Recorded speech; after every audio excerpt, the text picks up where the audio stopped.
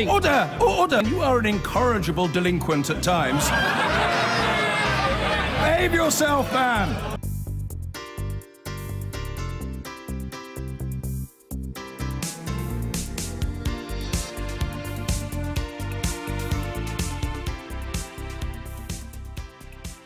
President Trump has arrived in the UK. It's his first visit here since taking office, with stringent security measures in place, as thousands of people are expected to join demonstrations over the next few days to voice opposition to his policies. The president said he was fine about the protests, that Britons liked him a lot, and he said many Britons agreed with his views on immigration, which is why he said they'd voted for Brexit. He's due to meet the Prime Minister tonight, and tomorrow he'll also be meeting the Queen at Windsor. As our diplomatic correspondent James Robbins tells us, it's being seen as the most controversial visit by any US president to Britain. The moment President Trump finally made it to Britain. Touchdown at Stansted, not for a still-promised state visit, but a much scaled-down working visit. That reflects a country split down the middle over having him here at all. The President and First Lady Melania were greeted on behalf of the government by Liam Fox, International Trade Secretary. That underlines Theresa May's key aim to boost post-Brexit trade with the US. The President was back in the air again almost immediately on board Marine One to head for his ambassador's official residence in London's Regent's Park, his only stop in the capital. Protesters on the ground seem unlikely even to catch a glimpse of him. Earlier today at NATO in Brussels, the President was wrapping up a summit where he's ripped into allies, particularly Germany, accusing them of underfunding Europe's defence at America's expense. I'm going to a few hotspots. We have NATO, then we have the UK, and then we have Putin. And I said, Putin may be the easiest of them all. You never know. But I'm going to a pretty hot spot right now, right, with a lot of resignations. Donald Trump has called Britain a country in turmoil, but insists he's very relaxed about protests against him. Protests, there might be protests, but I believe that the people in the UK, Scotland, Ireland, as you know, I have property in Ireland, I have property all over. I think that those people, they like me a lot, and they agree with me on immigration. But there are plenty of people who dislike him and his views intensely. Some are ready with a balloon mocking baby Trump to be flown tomorrow 30 metres above the Thames, while others have already unfurled a banner on Vauxhall Bridge. I think this is against misogyny and racism, but I am against his politics generally. I don't think he should have been invited. His policies totally abhorrent. But the President is shielded from all this as he prepares to start what will be a tour of stately homes of England. Chequers for talks with Theresa May tomorrow, then Windsor Castle for tea with the Queen. I think Donald Trump will have wonderful and fruitful conversations with the Prime Minister, because at the end of the day, it doesn't matter who's president or who's Prime Minister. The long-standing relationship between our two countries will endure. Donald Trump's first engagement tonight is dinner at Blenheim Palace in Oxfordshire, the grandest of venues, birthplace of Winston Churchill, one of his heroes. Business leaders from both sides of the Atlantic will be the principal guests. In her speech, Theresa May seems certain to urge them to spend and invest still more, while others held at the gates share their message too. James Robbins, BBC News. Well, in a moment, we'll have more on those protests gathering at Blenheim, near Blenheim Palace there. But first, our correspondent James Cook, outside the US ambassador's residence in London, where President Trump arrived earlier this afternoon. We talk a lot about a controversial visit, James, but what do you think will be the principal flashpoints, potentially?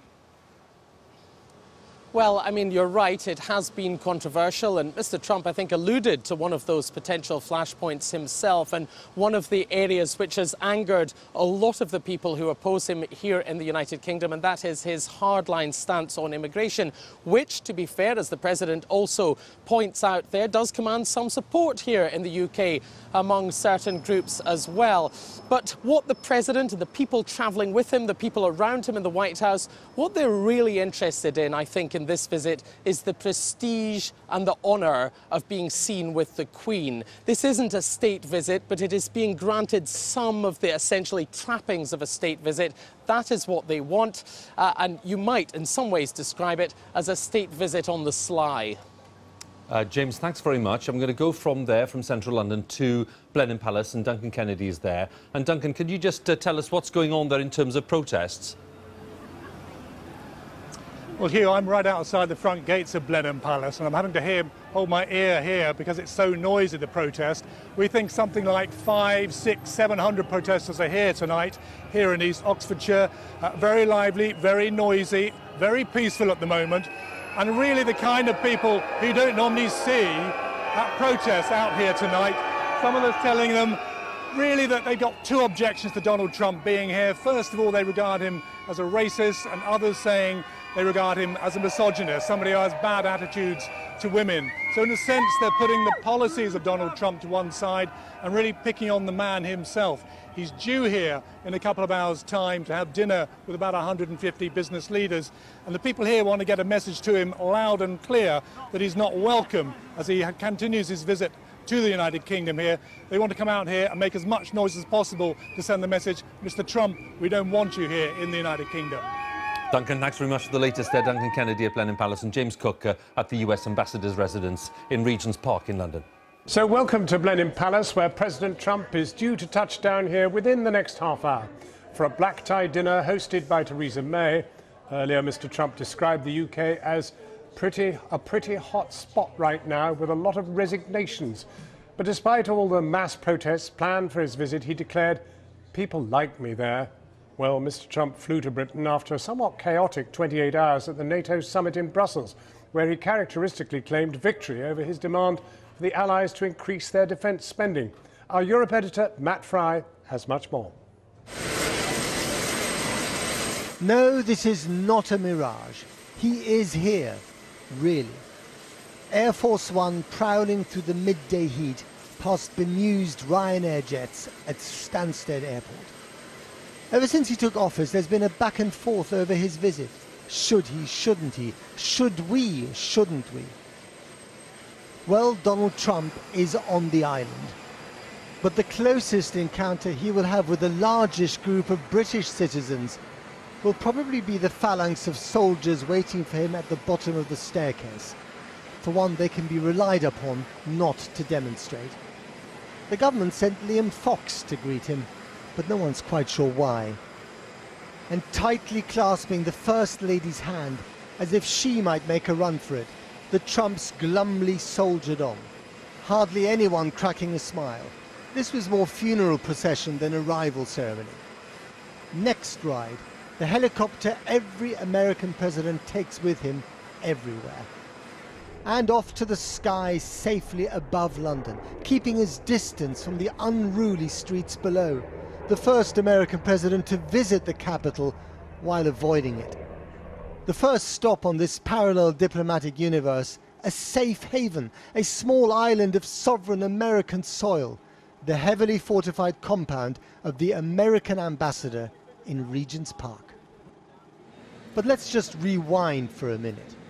Back to Brussels, back to the NATO summit, back to some real news, sort of. At a press conference that Trump had convened to send a message to a worried world. I'm very consistent. I'm a very stable genius. But there was more, much more, in this stream of consciousness mystery tour in which Trump couldn't stop himself from answering every single question. Yes, go ahead. Go ahead. Go ahead. Go ahead.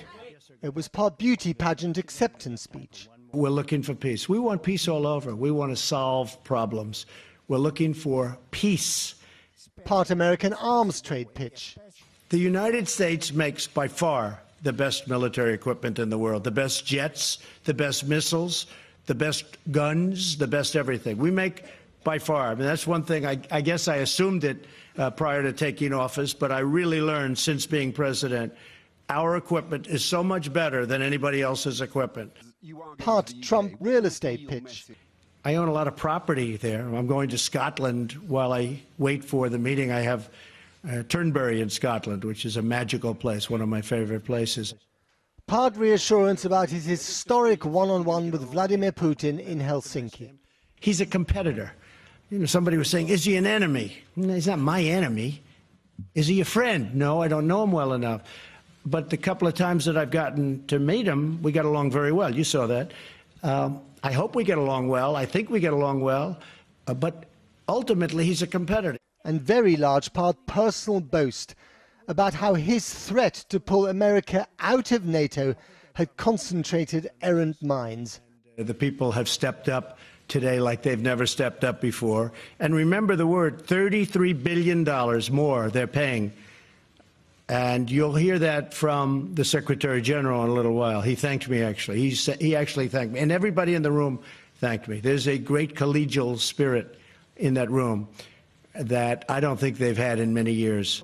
And inevitably, he was asked about the demonstrations against him expected in London. Your trip to the UK, there are lots of protests planned in London and elsewhere. How do you feel about that? I think it's fine. I mean, I think they like me a lot in the UK. I think they agree with me on immigration.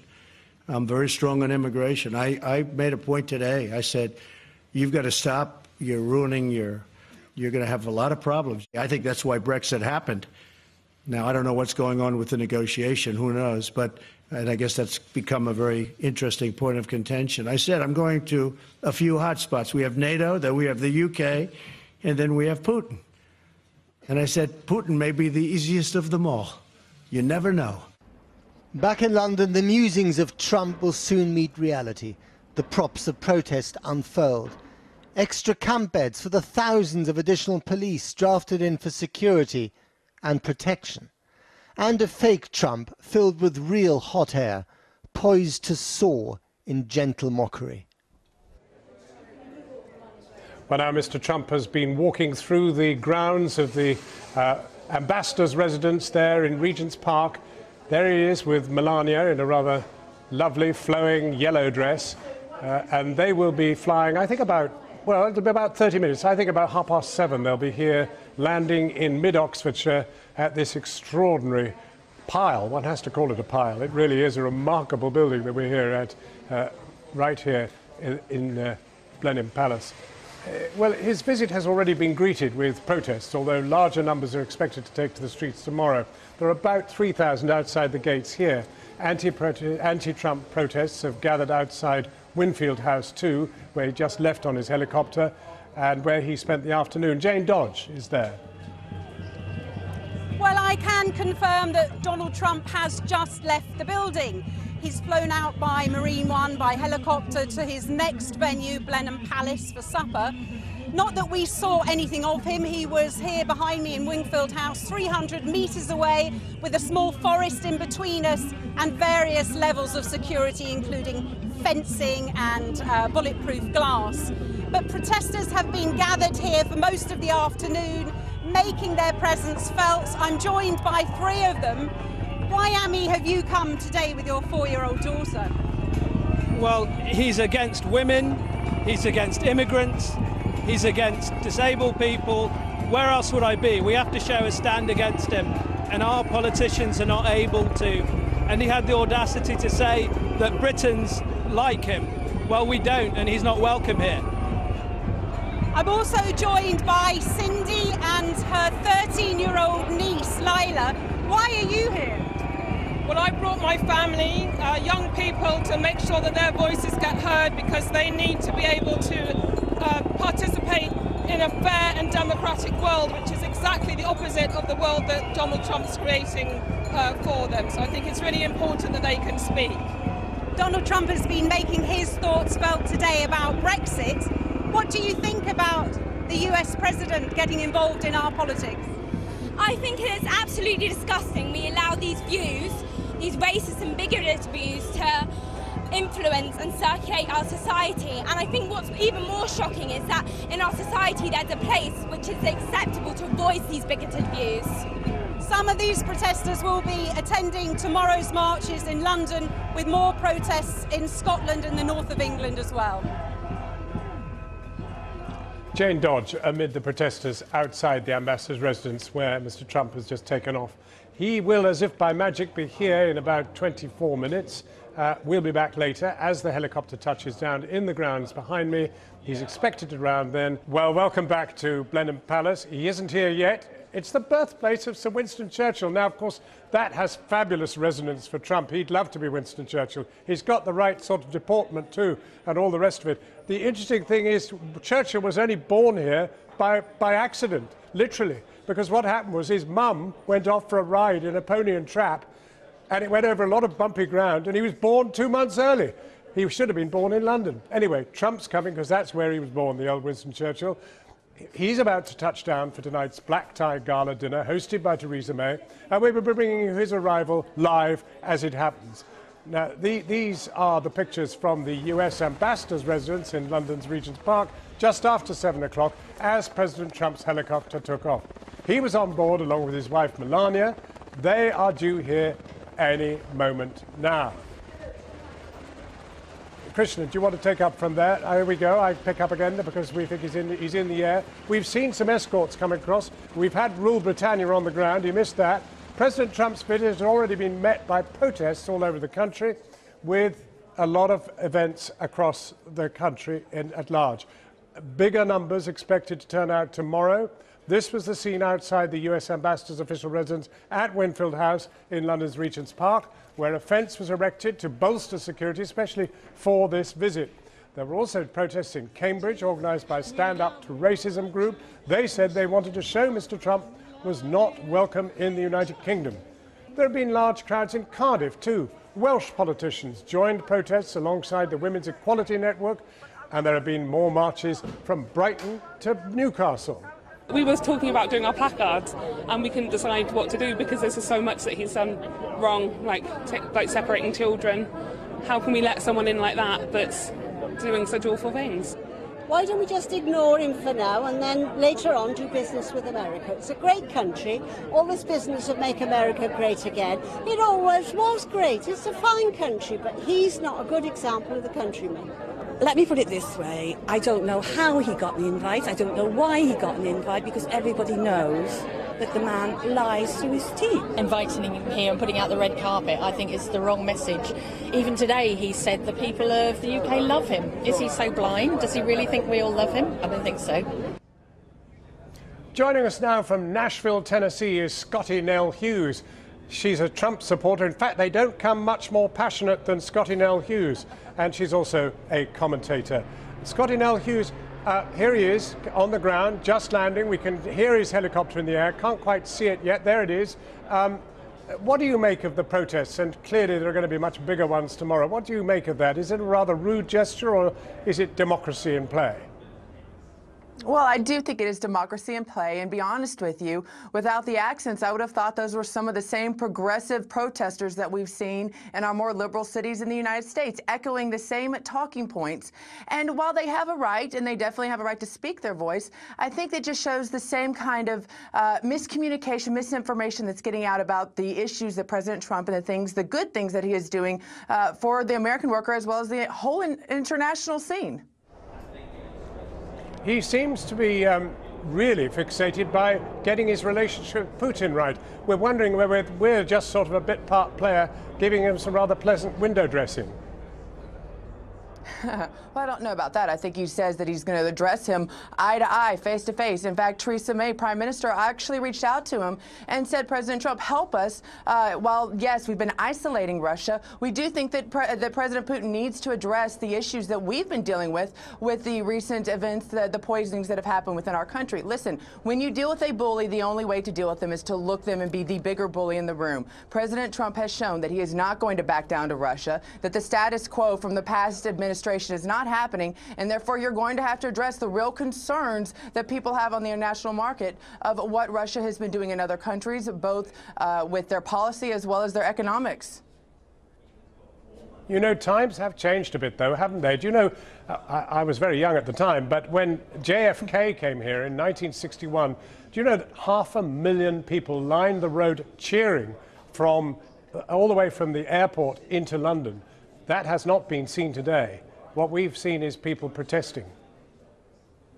Well, and they have the right to protest. But to be honest with you, President Trump, I know he considers it to be an honor to be in the UK today. I know that he loves British history. He absolutely has extreme respect for the Queen as well as the entire historical references. And I know he's thrilled to be there. And I think just like in the United States, the majority of the people that are out, or the people out in the streets protesting, are not the opinions of the majority of the people. Listen, look at Brexit. Brexit passed by a vote of the people. That was the first sign that there was truly a reconsideration. There was going to be an adjustment of the attitude, and that was on the international scene. Next came the election of President Trump. So some of the same frustrations that the people of Britain are facing right now regarding immigration as well as their own workforce, we're facing here in the United States. Those folks, though, are not necessarily in the streets protesting. But, you know, we're desperate for trade. Because of this Brexit that you mentioned, we're desperate for trade, and we want to do trade with America. But, of course, the president had been setting up tariffs rather than tearing them down. Well, but it's called free trade. I think the president, all of his policies are trying to figure out a way to take this major trade imbalance. I mean, we have a huge trade in deficit with the United States right now that happened after we allowed bad trade deals like NAFTA, as well as China getting in the World Trade Organization, to come into the picture. All President Trump is doing is trying to say, you know what, let's have the same standards across the board.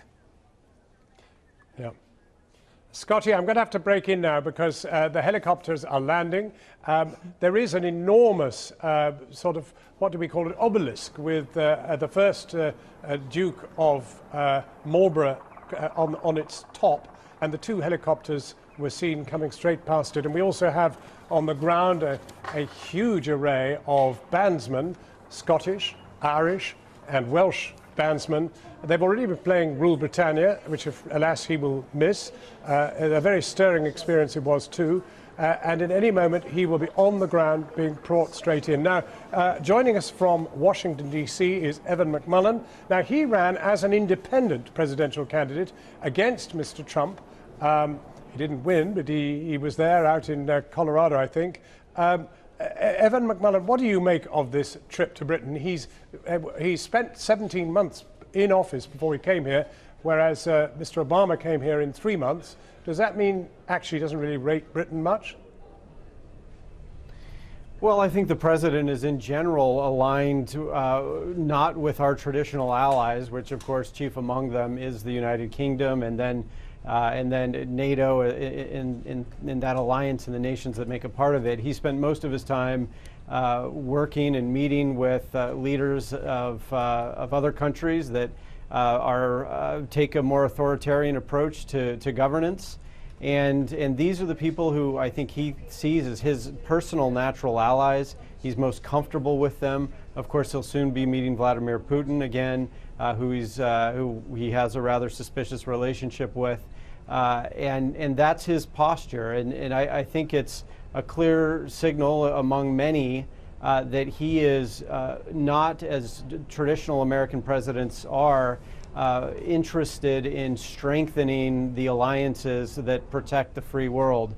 Rather, he's interested in fragmenting them, in weakening them, and aligning the United States, at least, with countries and regimes like that of Vladimir Putin. It is an extraordinary thing because he's been very rude about the Germans, for example, and he's been talking about our turmoil with Brexit and the rest of it. I mean, he's not exactly setting out sort of love notes to us all. No, look, the point is, I think we still struggle here in the United States and in Europe to understand President Trump, and we all sort of want to understand him through a very traditional lens of how we would expect an American president to act. I think that's a mistake. This is a president, as I indicated before, who was aligned not with the free world, but with the adversaries of freedom overseas, including Vladimir Putin, including Erdogan in Turkey and elsewhere.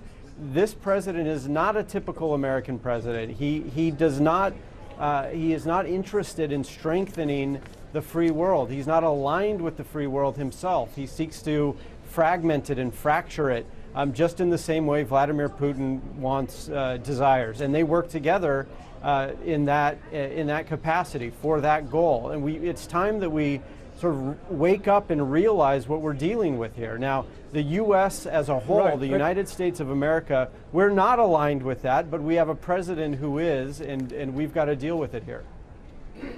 Well, let me pause you there. Let me cut back to Scotty Nell Hughes. What do you make of that? Did you hear what Evan was saying?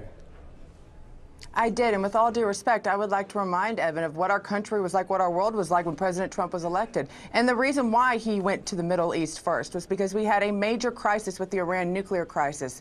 We have a major nuclear crisis with North Korea. President Trump had to address those issues first. Our allies are always going to be our allies. We will always stand strong with the UK, even though, you know, across the board, and this has always been the issue, the United States has always put more into NATO than any other country. We're happy that Britain, as well as Greece and one other country, has fulfilled their commitment. Unfortunately, the majority of NATO countries do not. And once again, the U.S. last year put $623 billion into the budget, while everybody else did $312 billion. The president is just asking the allies just to stand up and stick up with it. Right. Well, let me pause you there as well. Let me just turn then to the big... Evan, just for a second, I just want to go on to the other big thing that we want out of this visit, which is trade. And I want to go to our political editor, Gary Gibbon.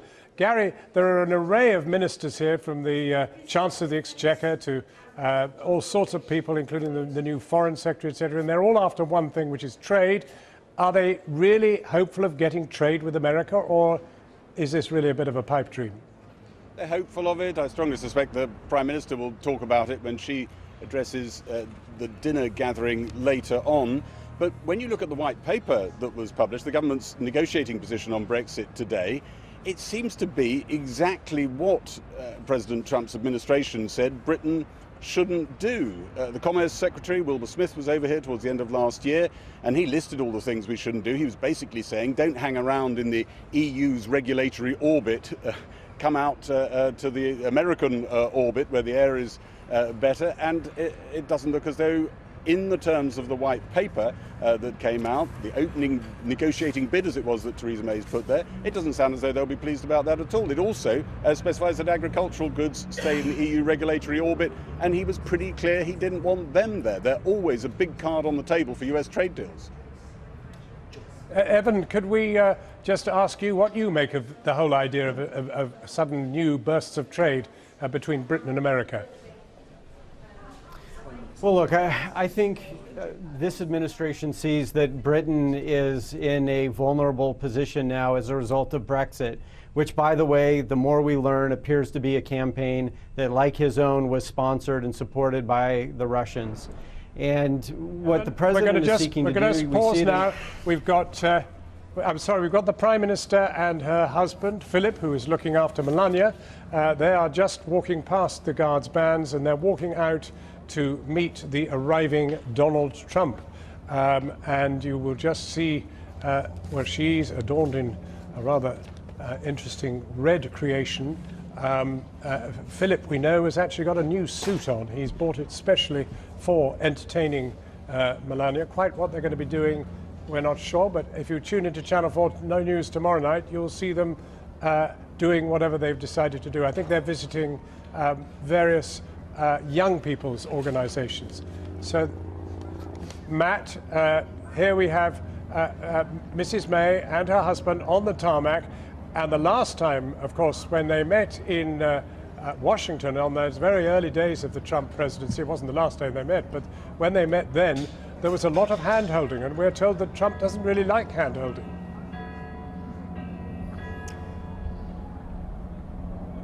Yes, indeed. He doesn't like hand-holding very much. In fact, I asked him about it when I interviewed him a few years ago, and he did confirm to me that hand-holding wasn't his thing because he doesn't like germs. Well, he's, I think, got used to that, and he has certainly held a few hands and clasped a few hands, and seems to be handing his wife's hand all the time, perhaps because he's afraid that she might slip away from his hand for some reason. The point is here that, I mean, for Theresa May, this is an important visit because she has found herself in a position where she does need to cobble together some sort of trade deal with America, which she has been promised by Donald Trump, especially after Brexit. But again, I think, as Gary pointed out, there's only so much that the Americans can do despite their willingness for a bespoke trade deal until we know exactly what's going to happen with the European Union, and we don't know that yet. So it might be some time before they can actually sign on the dotted line. In the meantime, the important thing for Donald Trump in this visit are the visuals. It's the theatre of quasi-royalty. I mean, remember, John, this is a state visit, or it looks like a state visit in everything but name. It is not, of course, a state visit. It is a working visit. But frankly, looking at this rather splendid scene at Blenheim Palace, looking at the kind of things laid on tomorrow, tea with the Queen, etc., you know, this is as good as it gets for a government that didn't really feel they could grant him the full state visit. So he's not getting what Obama got quite recently, which is the ride through London in a carriage. He's not getting a meeting with the princes at Buckingham Palace. Remember, there was that very poignant picture of Obama almost reading a bedtime story to Prince George and Princess Charlotte. He's not getting any of that. But this is as good as it gets. And I think to his supporters in America, this will look like the real thing. And he will be able to say to himself, to his wife, who's a great fan of the Queen, look, this is pretty good. They like me after all. And of course, he said in the press conference today, they really like me in Britain. So this will be the very important picture for him that he will take with him as he kind of watches pictures of demonstrators on the streets of London tomorrow. John. Gary, Boris Johnson is a friend of mine, he said. Boris Johnson was seen leaving his home, but we don't know where he went to. He doesn't seem to have appeared here yet. But this whole ruckus that's been going on this week must surely blemish this visit. They can't be that well prepared. You've got poor old Jeremy Hunt having dived from 6 years of health into a ferment of foreign affairs. How do you think they're going to cope? Well, it is a pretty full-on diary for the Prime Minister, understatement of the year, perhaps. And of course, he's just come back, as Donald Trump has, from the NATO summit. But Donald Trump isn't sparing her in these circumstances. And one of the many quotes that he spewed out in that press conference you heard earlier in Matt's piece was when he suggested that her Brexit policy was going in the wrong direction. He said it seems to be turning a little bit differently just now, where they're getting at least partially involved back with the European Union, an organisation which he clearly doesn't have much time for at all. I think the Prime Minister's hopes for this visit are probably deep down privately pretty low. I imagine it is damage limitation, and let's hope there's not a security incident. But beyond that, should be talking about trade, should be talking privately to him. Gary, I'm going to have to pause you there Russia. because we have action. We have action. We're in the forecourt now of this amazing establishment. This is such a splendid building, and we have some rather splendidly large American cars coming up the drive, fully bulletproof and all the rest of it. Huge entourage. You know, he's got 1,000 people on the ground here in Britain. That's a lot of people for a two-day visit, you must admit. And there, Mrs. May and her husband Philip have been standing actually for about 4.5, 5 minutes. Oh, I think the presidential car hit the ground just now. There was a spark. However, it did not catch fire. But there we are. We must be grateful for small mercies. Perhaps. Here we go. We could have him on the ground any minute now. 17 months we've waited for this great moment when he would step on our shores. Of course, he's been to Britain many times before. He's been building golf courses. This is a bit of a contrast from the golf course. This is a parade ground for one of the greatest establishments of any sort. This is a quite extraordinary place. It's a private house. It of course has lots of tourists visiting, but never one quite as grand as the one for whom the door is opening now. Let's take a look at what happens next. Out is going to step President Donald Trump. There they are. Yep, they're speeding across to check that they're all right. They are. They've made the journey. They've made the journey by helicopter and by car. Come on, Donald. Here he is. Yes. That unmistakable burst of hair. Yes. Tremendous. Yep. Can't see Melania at the moment. Oh, there she is. Now, Philip and she are going to be quite good friends by the end of all this, because he's going to look after her tomorrow. She's got a private program of her own, but we'll be getting lots of pictures from it. There they are on the ground and exchanging pleasantries. And Mrs. May who I'm not sure whether she's ever been here before, but looking as if she's quite authoritative on its history. Its history, of course, it dates from 1705. It took 15 years to build it. Matt, your thoughts as they gather on the ground there, striding towards this extraordinary complex of businessmen, BlackRock. We've got a whole lot of big businesses here. We've got American businesses like BlackRock and a whole lot of others that are hoping to do so. There's Diageo, McLaren, Arup, Blackstone, and let's go with the old guards. They're going to go for it now. There's a real triumphant fanfare. What a picture.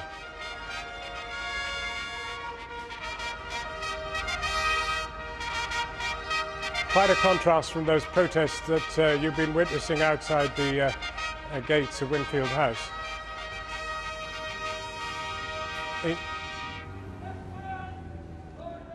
My goodness, it looks a bit of a toil getting up those steps, but thank goodness the dress matches the red carpet. Now, come on, Hollywood. Hollywood can't beat this. What a band. As I say, this is a coalition of 3 bands. It's the Irish Guards, the Scots Guards, the Welsh Guards, and an extraordinary group called they're called the State Trumpeters, and they're here. They're in front with the,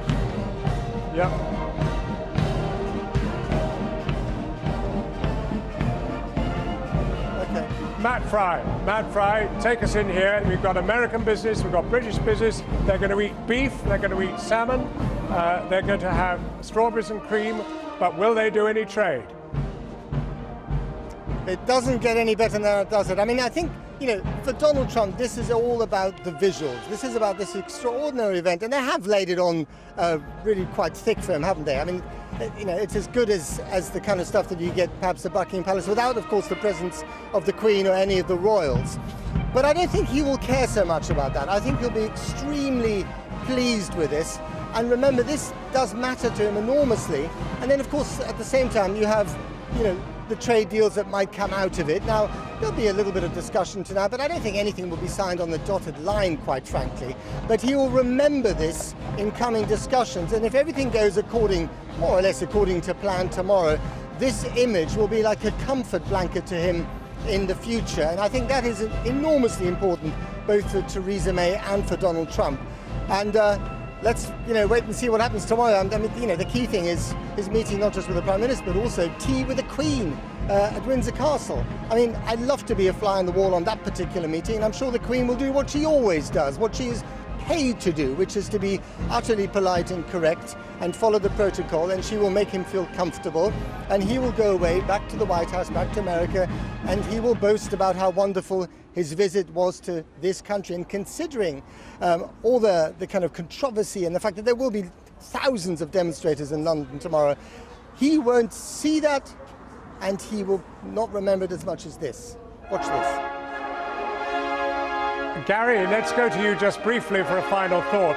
As the fanfares blast, what can we seriously, tangibly expect from this thing in a few words?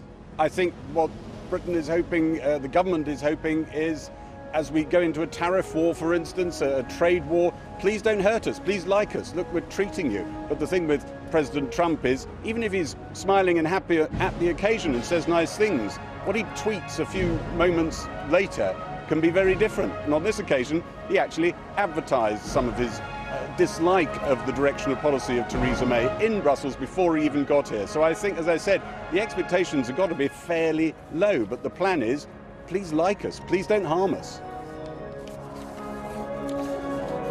President Trump was greeted with full pomp and circumstance at Blenheim Palace tonight for the first formal engagement of his official visit to Britain.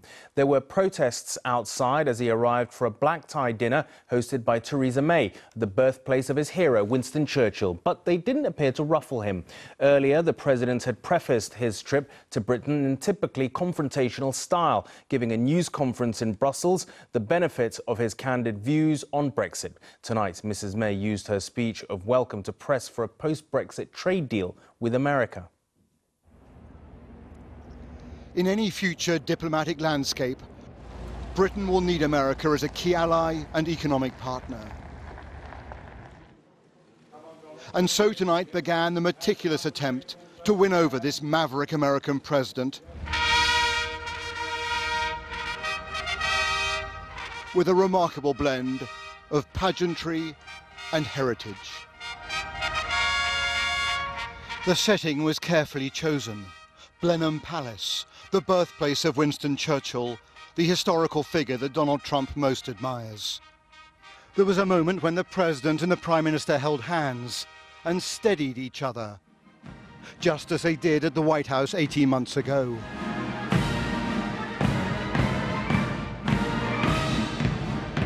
Donald Trump has often spoken of his admiration for Britain, and this is a moment he is certain to value.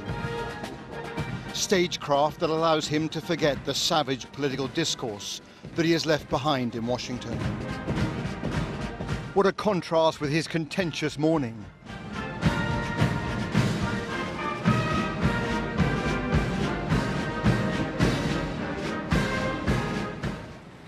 The President had spent it in Brussels, cutting a lonely figure as he strode through the new NATO headquarters, aggressively demanding that member states, including Britain, spend far more on defence. Donald Trump was also happy to weigh in on Brexit, not exactly choosing sides, but saying he was closely following what he has called the turmoil. I've been reading a lot about Brexit over the last couple of days, and it seems to be turning a little bit differently, where they're getting at least partially involved back with the European Union. Then a little misunderstanding about the phrase hard Brexit. Is it heartbreaking? Oh, hard Brexit, I see. I thought you said it was heartbreaking. I said that might be going a little bit too far, right? The people voted to break it up, so I would imagine that's what they'll do, but maybe they're taking a little bit of a different route. So I don't know if that's what they voted for. I just want the people to be happy. But for all the controversy surrounding his British visit, the President says he's popular here, and for a simple reason. There might be protests, but I believe that the people in the UK, Scotland, Ireland, as you know, I have property in Ireland, I have property all over.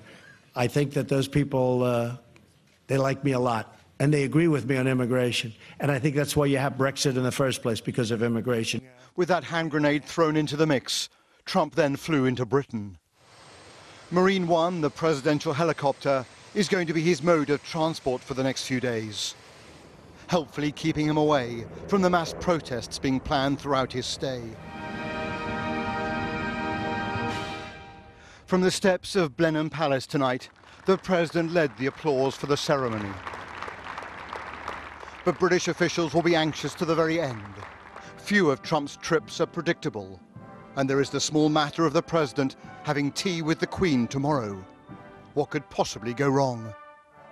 Robert Moore, News at 10, Central London.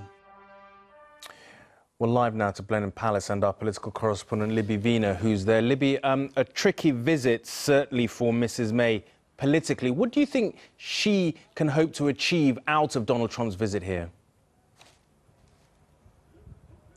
Well, this isn't a state visit, but it was a backdrop designed to impress. Blenheim Palace, just a few yards from where I'm standing, birthplace of Winston Churchill, built for one of his ancestors and saved for posterity by American money, thanks to a fortuitous marriage to an American heiress. No doubt Donald Trump will have enjoyed hearing all that history, but what realistically does Mrs May expect in return? Well, she made a pretty strong pitch for a free trade deal post-Brexit with America. The only problem with that is that at the moment we're in the midst of what you could term a trade war over American aluminium and steel tariffs. And secondly, Mrs May's latest Brexit plan, many believe, would preclude a deal with the United States. Now, 18 months ago, when she visited the White House, Donald Trump famously held her hand briefly. That was widely seen as rather demeaning for the Prime Minister. He did so again tonight as he arrived at Blenheim Palace. I think she must hope that this time it's seen as a genuine sign of friendship, an attempt to improve relations between the United States and the United Kingdom. Libby at Blenheim Palace, thank you very much. And as we heard, President Trump brushed aside the threat of protests whilst he's here, despite warnings from the US Embassy for Americans to keep what it calls a low profile during his visit.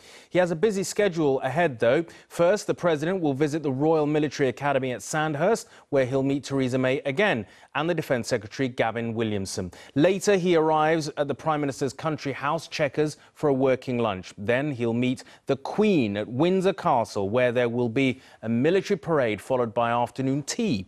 Then he flies to Scotland, where he's expected to spend Saturday at his home in South Ayrshire playing golf. The demonstrations have begun, though, and more are likely to greet him tomorrow. As Donald Trump took to the skies, all his detractors could do was shout their opposition. Gathered around the US ambassador's residence in London, protesters watched as the president was whisked above them to meet only those who want him here, avoiding those who do not. Since Trump came to power, we're seeing a lot that really frightens me. It's not the kind of world I want my son to grow up in. What sort of welcome are you trying to give Donald Trump? A welcome that he's not wanted here and should go home as soon as practical. We're absolutely determined to make it clear that what Trump stands for is unacceptable for all generations. This is as close as the demonstrators can get to their VIP visitor, but they're making their presence felt.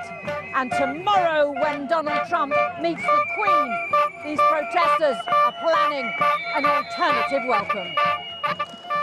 The centrepiece of tomorrow's London protest is this giant inflatable balloon depicting Donald Trump as a baby.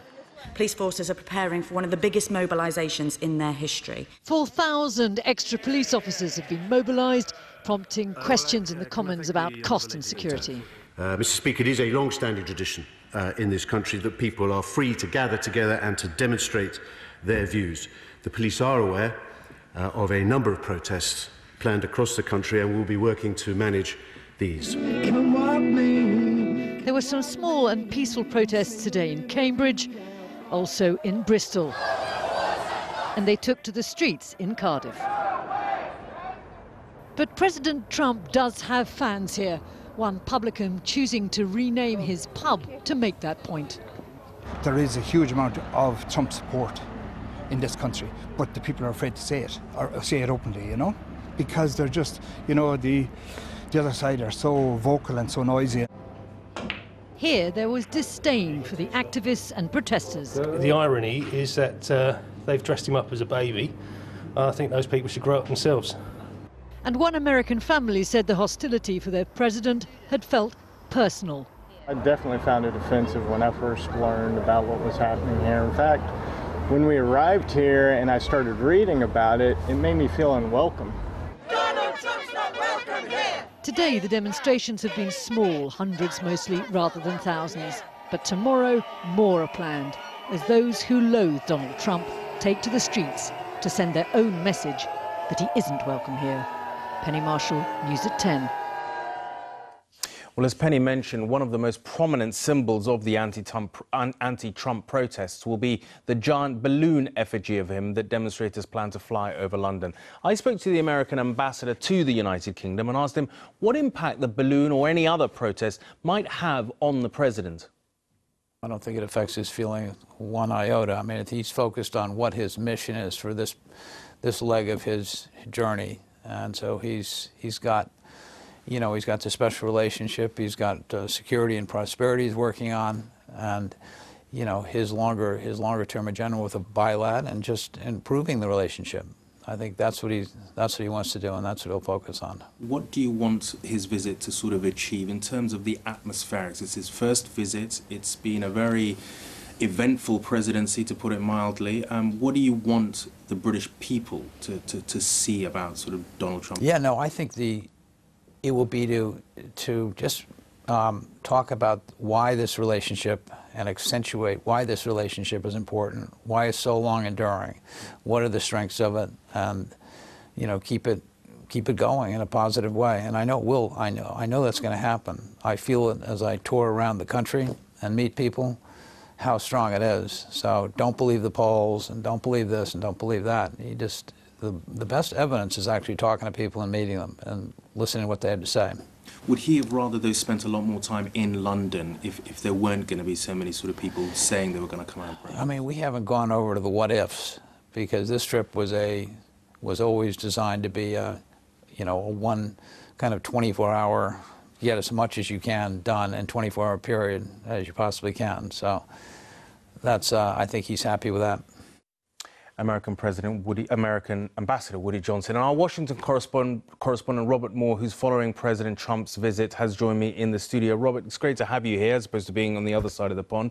And this should be a straightforward visit, shouldn't it? But wherever he goes, this is a president who caused controversy. Oh, for sure. I mean, it should be entirely straightforward, Raggy. I mean, this is an Anglophile president visiting Britain. The red carpet's being rolled out at these magnificent homes, Blenheim Palace tonight, Chequers and Windsor Castle tomorrow. He's going to have a pleasant weekend of golf up in Scotland, but that's just not how this president rolls. I mean, the NATO summit over the last 36 hours should have been straightforward. The G7 summit in Quebec should have been straightforward, and yet both were kind of diplomatic car crashes. And remember as well that this is a president who harbours deep economic grievances against the European Union, including against Britain. Hence, he's imposed tariffs against our steel and aluminium industry. So with this president, nothing is simple. And of course, tomorrow really is the key day, isn't it? And what is a pretty quick visit, but a key day. For sure. I mean, tomorrow the iconic image is going to be the president meeting the Queen at Windsor Castle.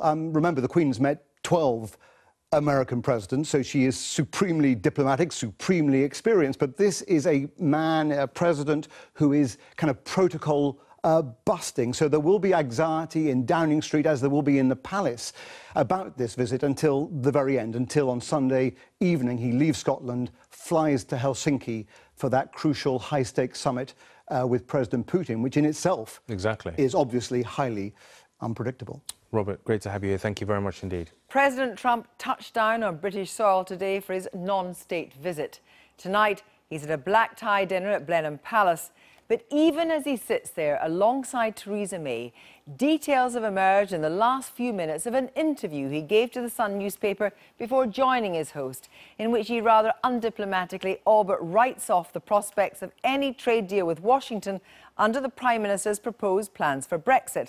The President told the paper the Chequers deal would probably kill a trade agreement. It's a remarkable and bold intervention from a President who has already raised eyebrows with tough talk at the NATO summit and is popping by Britain on his way to a meeting with President Putin. We'll have more details on tonight's breaking story in a moment and full reaction to it. But first, our diplomatic editor Mark Urban assesses what was already far from straightforward few days for Mrs May. Not quite the ride of the Valkyries, but the president's arrival in London was certainly dramatic. The invitation was made early in his presidency, but it's taken this long for the moment to ripen for him to step into what he's called the turmoil of today's Britain. So Donald Trump is finally in London after a couple of postponements, and that could present Theresa May with a difficult couple of days politically, because the president simply doesn't do diplomacy in the conventional sense of the word. Even Theresa May's early offer of a full state visit proved to be diplomatically fraught. I think the right moment takes a long time to find with a president like that, and with a response from the country that we've seen to him. There is a suggestion perhaps that the trip might have been offered too early as a criticism of it, that it may have been too soon to go in with that. And the state visit is still on, it's just this one is a slightly different one. And perhaps this is a sort of the teaser to the main event, depending on how it goes. And if you want to talk about politics and presentation, you need only look to how the days started in Brussels. The president demanded higher defence spending from European allies, implied he might bring the US out of NATO if he didn't get it. Then at a hastily called press conference he said he'd got what he wanted. President Macron publicly disagreed, before moving on to the delicate matter of British politics. I said I'm going to a few hotspots. We have NATO, then we have the UK, and then we have Putin. And I said Putin may be the easiest of them all. You never know.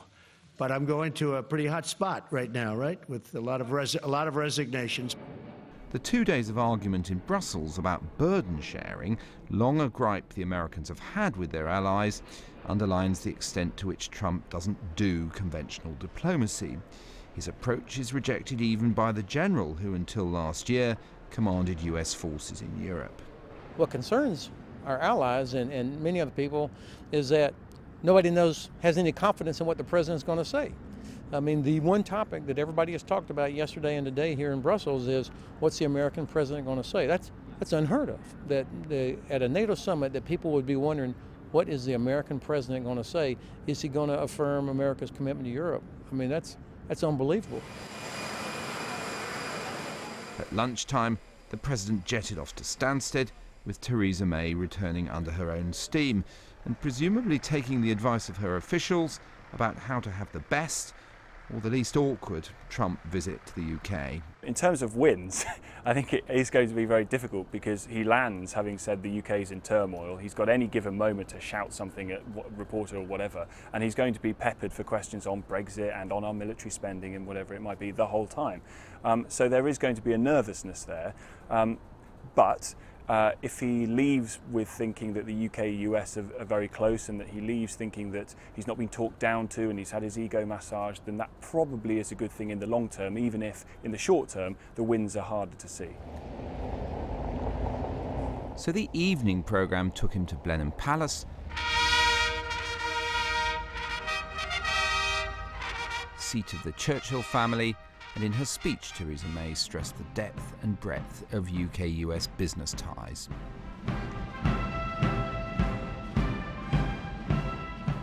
With some glittering ceremonial, trade talk, and the chance for Trump to plug his golf course in Scotland, the UK government is hoping for a win. But having covered NATO for the past 2 days, I'd rather make no prediction on that. Mark Urban there, and our political editor Nick Watt is here. And Nick, you've got more details of that interview with The Sun that obviously he'd given before he went to dinner with Theresa May. That's right. I mean, Donald Trump certainly knows how to cause a stir and make life very difficult for leaders that he's visiting. And as you say, if Theresa May, he says, goes ahead with her Chequers deal, then that will, as he say, kill off the prospect of a UK-US trade deal, international trade deal. Now, this blows apart one of Theresa May's central claims about Brexit, which is that, yes, you can be close to the European Union and at the same time you can sign international trade deals around the world. Now, Donald Trump is clearly aware of what it says in the White Paper. It talks about a common rule book with the EU, and he says that is not consistent with negotiating a trade deal with us. And in a sense, what this does is this now presents Theresa May with an incredibly stark choice. She's trying to have a new version of what every Prime Minister has tried to do since Margaret Thatcher, in a way act as a bridge between Europe and the United States, have the best of both worlds. And he said, no, it's a choice, it's us or it's them. And not only that, he seems to say very clearly, you know, he knows this was not what the British people voted for. Yes, not what they negotiated for. He said the negotiations are going on too long, and when they go on too long, then it turns out to be a bad deal. He actually says, I advised Theresa May on how to go about Brexit, and she ignored me. Now, the reason why he feels so strongly about this is that Nigel Farage says that Donald Trump believes that the Brexit victory in that referendum a few months before the presidential election was really important for him. It showed he believed that outsiders could win. Troublemakers, as he saw it, could win. And that's why he follows Brexit so very closely. Well, of course, at the bottom of the page there, we've also got a line in which he apparently says Boris would be a great PM. That's right. Could have been on the phone earlier, perhaps? Yes, well, there was all sorts of talk about whether he'd meet Boris Johnson this week. He knew that Boris Johnson had resigned, obviously quite a fan of Boris Johnson's. And the one cabinet minister Theresa May was not sad to see the back of this week was one Boris Johnson. So again, he knows how to stir things up. Well, we'll be hearing from you later on, Nick. Thank you very much indeed. Well, joining me now are Lord Heseltine, who was the senior part of the Conservative government in the 1980s when Margaret Thatcher enjoyed a particularly special relationship with Ronald Reagan. Sir Craig Oliver, the former Director of Politics and Communication for David Cameron. Rebecca Walton, who is Europe's Regional Director for the British Council. and Sarah Wilmot, Chair of the Republicans Overseas UK. Good evening to you all. But first of all, let me come to Lord Heseltine for a straight reaction. First of all, to the news that Donald Trump has given an interview to The Sun in which he has completely lambasted Theresa May's version of Brexit before sitting beside her at dinner. Well, you've got a problem with Donald Trump. You don't know what he's going to say. His advisors don't know what he's going to say.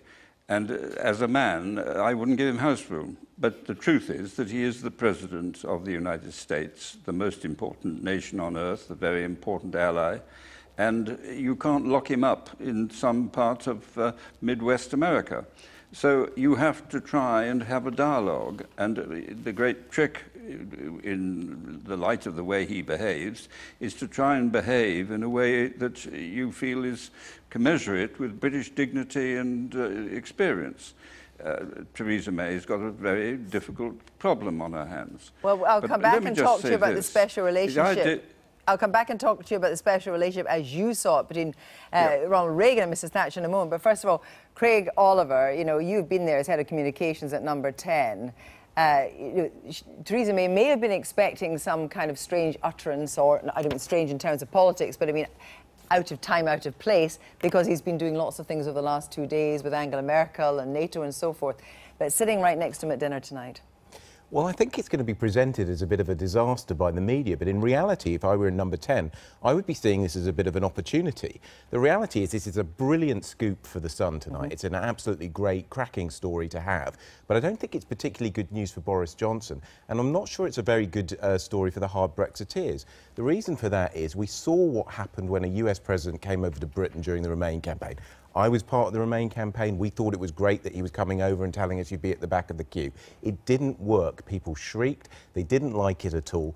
And I suspect people won't like the idea of him interfering. They may not like it, but actually he can make it happen, can't he? Because, you know, if he is saying that if you go ahead with the common rule book and so forth, you're not going to get an American trade deal. It's not like someone coming and cheerleading. It's someone that can make that happen. Well, he is technically pointing out an uncomfortable truth, which is if you actually look at the deal that Theresa May has set out, it is very hard to do a trade deal with the United States. What do you make of it? I mean, you're a Trump cheerleader here. What do you make of it, Sarah? I'm not, I wouldn't say cheerleader, but I am a Trump convert, I will say. And I have to say that it's true. I mean, if you're in a customs union, you're not free to be global Britain. And it's really up to the government to implement the will of the people now. It's interesting, though, because, you know, one of his friends this morning said in the Today programme, he's not a politician, he's a businessman. And, he shoots from the lip and so forth. So to you, this kind of language is not unexpected. Was it unexpected and not unexpected in the same way that he more or less said that Angela Merkel was a captive of Russia, that NATO wasn't ponying up when it needed to pony up for defence? Are we to take him seriously is what I really mean. I mean, you should take him seriously. He's President of the United States. But on the other hand, he's here to be a disruptor. He's here to say the absolute opposite of what you expect a politician to say. So, and that he wants to reevaluate all of America's relationships and trade deals to make sure that, well, is America really getting the best out of this? It's interesting, disruptor, but I wonder, do you also think that actually quite delights in destabilising as well as disrupting? Absolutely. What do you make of that, Rebecca? Because here you are at the British Council trying to create relationships not only with Europe but with America. And, you heard what Michael Heseltine said there, Theresa May has got a hard road to hoe at the moment because she's trying to be this bridge.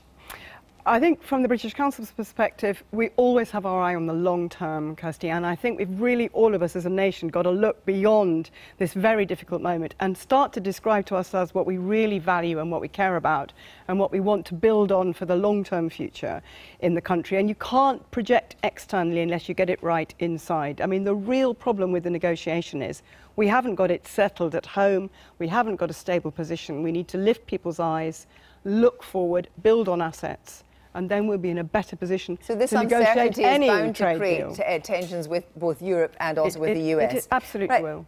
Michael Heseltine, I want to talk to you as someone who saw up close and personal the relationship between Margaret Thatcher and Ronald Reagan. Presumably they weren't scared, and we know they weren't scared, to tell each other hard truths. No, but I think you mustn't perpetuate the delusion of a special relationship. American policy is America first. It always has been and it always will be. And anyone who knows the history of Margaret's attempt to persuade President Reagan over the Falklands, or the way he deceived her over Grenada, realizes that the real difference between American policy today and then is that then it was conducted diplomatically and behind closed doors and with a civility. Now it's become a rather crude expression of one rather bullying character, rather disreputable character, who self-evidently got elected in the United States on the back of immigration, which he's already told us in his first speeches here, and on the consequences of the 2008 crash. If you want Nigel Farage writing British foreign policy, just support President Trump. But Mike Hairston, there's another element to this tonight, because as well as doing this with his host, what he's also doing is, with a hop, skip and a jump, he's off to Helsinki. Now, we know that Theresa May has said that she hopes that he will raise the Skripal case and Salisbury, and of course the recent death. Not that the blame is being now, there's no definite association with Russia. I mean, what do you think about that? Him as a conduit to some kind of conversation with Putin? Well, Theresa May has that nightmarish domestic issue of the poisoning on our territory with weapons devised in Russia. And she cannot do anything other than fight that battle, which did very courageously and got a lot of international support. And therefore, she's bound to ask President Trump to raise the issue with Mr. Putin. But I think that President Trump will not want to get down that road, because he is in the big headline news. He will be trying to find some way of coming away with a headline that he's broken through with Putin. And so, I mean, in many ways, it's a classic example of a special relationship not working. We've asked for something. I very much doubt if we will get it. Is that your analysis, Craig Oliver, that actually, in the broader scheme of things, in Trump's big world, Salisbury doesn't matter? Yeah, I think that's right, and I think he doesn't think the special relationship matters, which is why I think Theresa May needs to see all of this as an opportunity. It's a chance to be clear back to the President of the United States where she thinks he's wrong. She needs to be polite but firm, but say, I'm sorry, I think you're wrong on this, and you do need to stand up to Putin, and you do need to see that he's disrupting a Western alliance that is very valuable, and be very clear with him, and also be very clear with him on Brexit. Stand up to him, tell him why she's doing that, because she's dealing with reality, not a fantasy vision of the world. But in a way, you know, what Putin said to Merkel over the gas and oil deal with Russia was right, you know. I mean, you know, she's absolutely in hock to Russia over gas and oil, while at the same time building stepping up to a defence budget. This is what's difficult, isn't there? There's a grain of truth in a lot of what President Trump says. He says some things that are very difficult on international trade, on China, that kind of thing. That doesn't mean to say you shouldn't stand up to it sometimes. Rebecca, from the point of the British Council, what is the best way for both Donald Trump and indeed Theresa May to engage with Putin at the moment? I think you've got to look at the power of strong alliance and not always the power of the front foot disruption. You've got to look at how NATO itself operated as a soft power unit. It attracted people to it because it had this alliance building, value driven base to it. So if you're going to face up to Putin, you've got to think about your values, you've got to align around them, you've got to understand the soft power of attraction is as important as the push power. As Sarah, you know, it was a case of when he goes to NATO, he slaps it about a bit and then he says everything will be all right, which is kind of classic behaviour. But what is the true Trump on this? Would Trump come to the aid of, say, for example, one of the Baltic countries if Putin becomes more aggressive? Do you think he would? Does he have a sense of that geopolitics? Oh, I absolutely think he does. And he's already armed the Ukrainians, for one. He's put several sanctions on Russian companies, and he's expelled 63 Russian diplomats from the United States. So, I think he gets it very much. I mean, he's a tough guy. He's, you know, and he's going and facing another alpha male after he has already met with his gang of NATO allies. Interesting. He needs an alpha male to go against. Is that right? Interesting. Yeah, and I think he likes facing his foes. He's like, you think you're a bully? You haven't met me yet. Well, listen, we just want to pause it there for a moment because I want to bring in John Sweeney, who's outside the US Ambassador's house for us tonight in North London, where President Trump will be staying later, and where noisy protests had been planned for this evening to keep him awake. Before we hear from John, despite the prospects of protests the weekend, it's worth mentioning there is evidence that much of the British public actually backs the visit. YouGov polling suggests that by December 2017, the British public had cooled on the idea of a state visit, but a survey this week indicates that a plurality, 50% of Britons now think this working visit should go ahead. That's despite many people holding him in low esteem. So, John, what is exactly going on where you are? Do we hear pots, tins and kettles outside the Ambassador's residence? No, Kirsty, I'm afraid to say it's pretty quiet here. Now, everybody's expecting there's going to be a big demo tomorrow in the heart of London with maybe tens of thousands, maybe more, protesting against Donald Trump. But tonight there was talk of a big protest and lots of noise, pots and kettles. Donald Trump wouldn't sleep. He's going to sleep like a baby.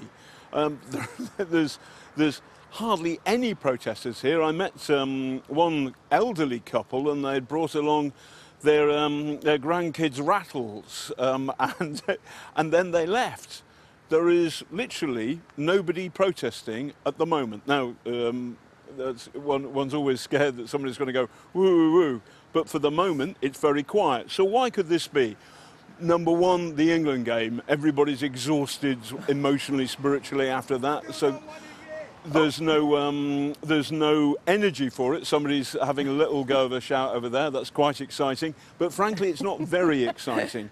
What we've got is a disconnect between what's been suggested in the papers, and perhaps the British government has overdone the anger that they thought that Trump would generate. Now, obviously, there's a ton of people on the left who have a real problem with Donald Trump.